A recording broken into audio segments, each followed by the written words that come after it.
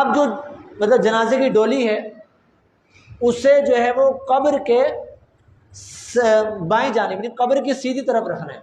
جیسے قبر ہے تو قبر سے کی سیدھی طرف یعنی قبلے کی طرف جنازے کی ڈولی کو رکھیں اور وہاں سے میت کو قبر میں اتاریں، یعنی قبلے کی طرف سے میت کو قبر میں داخل کریں. یہ مستحب ہے، یعنی یہ طریقہ ہے، مستحب طریقہ ہے کہ قبر کے جو ہے وہ سیدھی طرف آپ جنازے کی ڈولی رکھیں، ڈولی ہو، چارپائی ہو، جو بھی ہو، وہاں سے میت کو اٹھا کر آپ قبلے کی طرف سے میت کو قبر میں جو ہے وہ رکھیں. اب بعض جگہ یہ دیکھنے میں آتا ہے کہ وہ پاؤں کی طرف سے رکھ رہے ہوتے ہیں، تو ایسا نہ کیا جائے، بلکہ مستحب طریقہ یہ ہے قبلے کی طرف سے اس کو قبر میں داخل کریں. اور جب قبر میں اتاریں تو یہ دعا پڑھیں، بسم اللہ وباللہ وعلی ملت رسول اللہ. یہ الفاظ پڑھتے ہوئے آپ اس میت کو جو ہے وہ قبر میں رکھیں.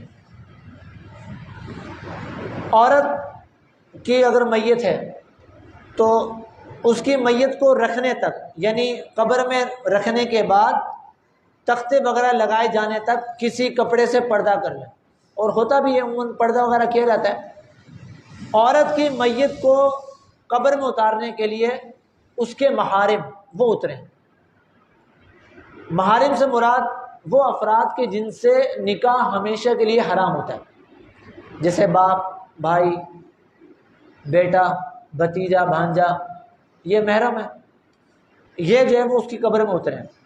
اور اگر یہ شوہر بھی اتر سکتا ہے، شوہر بھی قبر میں اتر سکتا ہے محارم کے ساتھ، اس کی میت کو قبر میں اتار سکتا ہے. اور اگر محارم وغیرہ نہ ہو تو پھر نیک افراد وہ جو ہے وہ قبر میں اس کی میت کو رکھیں، عورت کی میت کو. اچھا، قبر میں حسب ضرورت جتنے افراد کی ضرورت ہو، حسب ضرورت ایسے افراد کے جو قوت والے ہوں، طاقت رکھتے ہوں، بآسانی کم سے کم تکلیف کے ساتھ اس میت کو قبر میں رکھیں، وہ اتریں.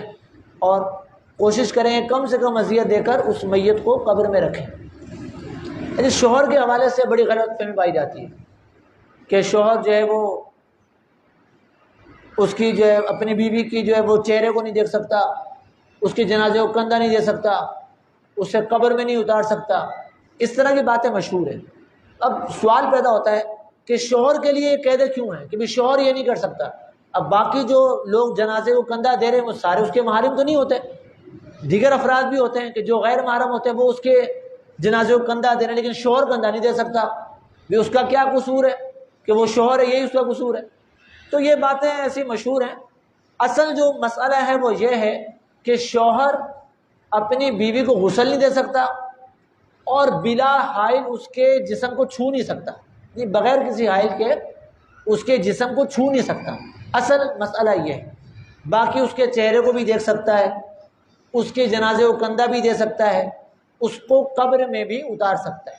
ٹھیک ہے، کیونکہ جب بیوی کا انتقال ہوتا ہے تو نکاح فوراً ختم ہو جاتا ہے. اب وہ عورت اس کے لیے اجنبی ہو گئی، یہی وجہ ہے کہ وہ اس کو بلا حائل چھو نہیں سکتا.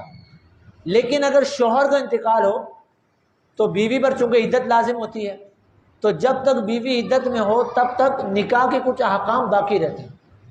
یہی وجہ ہے کہ عورت جو ہے وہ عدت کے دوران اپنے شوہر کو غسل بھی دے سکتی ہے، اس کے جسم کو چھو بھی سکتی ہے، لیکن مرد کے لیے یہ احکام نہیں.